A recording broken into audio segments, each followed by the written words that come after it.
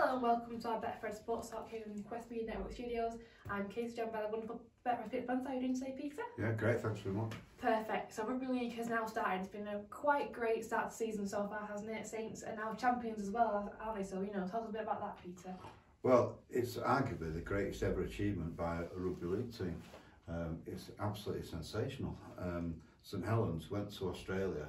No one gave them much hope at all. I mean, the odds for a Saints victory was 6-1, and Penrith Panthers, who they were playing in this challenge down under in the World Cup Challenge, they were 1-8, so huge odds-on favourites. People think wrongly now that Australia have the greatest Rugby League team of all time. Well, it's been proved wrong because St Helens have gone out there, our Betfred Super League champions 4 times running, and being it was a narrow victory, 13-12. They did it in a golden point extra time kick from Lewis Dodds. But the bottom line is they've won. It's absolutely incredible, and they've knocked off the football and the cricket and everything else off the back pages in some papers. Yeah. Certainly on Sunday morning, because that was a sensational victory, unbelievable. We lost £50,000 on it, so you can see how they beat the odds there. We had lots of people picking up, we had £100 bets on them, so they were getting £600 back, and it was just a fantastic, absolutely brilliant occasion. And what a superb start for Paul Whelans, the new coach. I've noticed some of his quotes were hilarious. He was talking about when he first started out in the game, and he used to always have I think it was 2 meat potato pies and 1 meat pie, or 2 meat pies and 1 meat pie every Friday.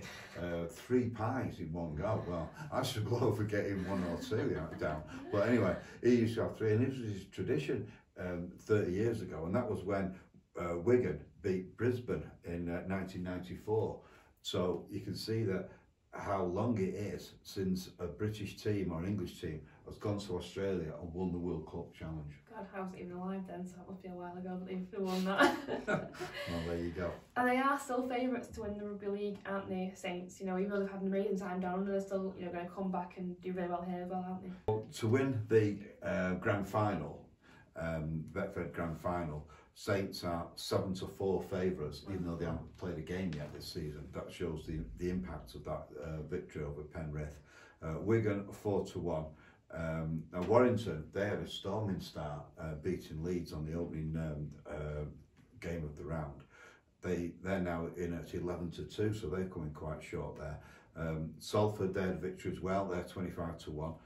They beat Lee, who have drifted out to 50-1. So our Greater Manchester teams there are quite handily placed to succeed again in Betfred Super League. Saints, clearly though, the favourites at 7-4. I think Warrington beating Leeds was amazing, because I spoke to Darryl Powell, the head coach there, and he was saying that they really want to prove that they're an amazing team this year. They spent a lot of money on the squad, they've put a lot of money into their team, so for them to go out and beat Leeds is pretty amazing, isn't it, really? Well, they were at home, and these two teams are heavily touted to be amongst those challenging the mighty St Helens. So he has got to get it right this season. There's plenty of talk going on at Warrington. Now's the time for action, and he'll accept that because he's a real down-to-earth sort of guy, and he would certainly accept that those comments. And he's got off to a flying start against Leeds. And it is worth a watch, isn't it, Betfred Super League? It's a great sport to get involved in. If everyone does fancy watching it, it's really worth watching, isn't it? Well, that's why we sponsor it, and it's one of our best sponsorship deals that we've ever done. We really put a lot of effort into it, and it is a great sport. It's so typical for the north of England. The problem they've got is spreading the wings to the south and abroad, because they've only really succeeded with 1 or 2 teams in France, and certainly haven't had any teams that have emerged with any great prestige from the south of England or even the northeast. There are teams there, but nothing like as powerful as the teams in the M62 corridor. It's quite crazy, isn't it, really? Do you think it'll make a difference to Saints, having come straight from Australia to playing round 2? Will that affect them, do you think, or do you think they'll just still power ahead and do really well? Well, it was a long trek out there, isn't it? 19 hours, so no doubt they're back home now, so they've got a week to recover.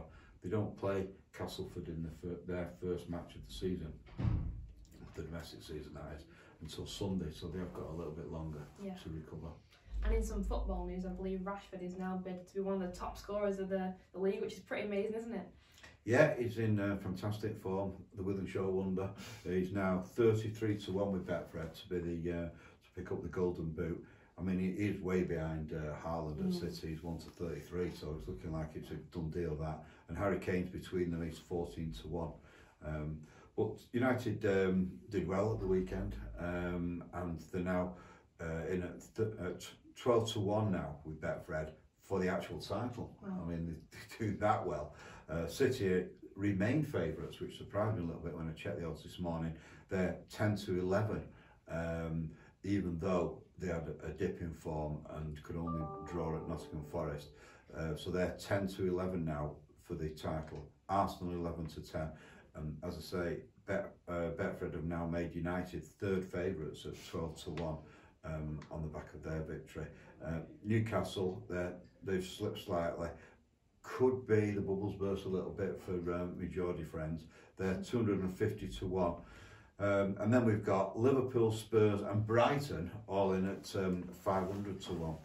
And then for the relegation out of the Premier League, we've got Bournemouth and Southampton. They're both odds on, even though Southampton beat Chelsea in the shock result of the weekend.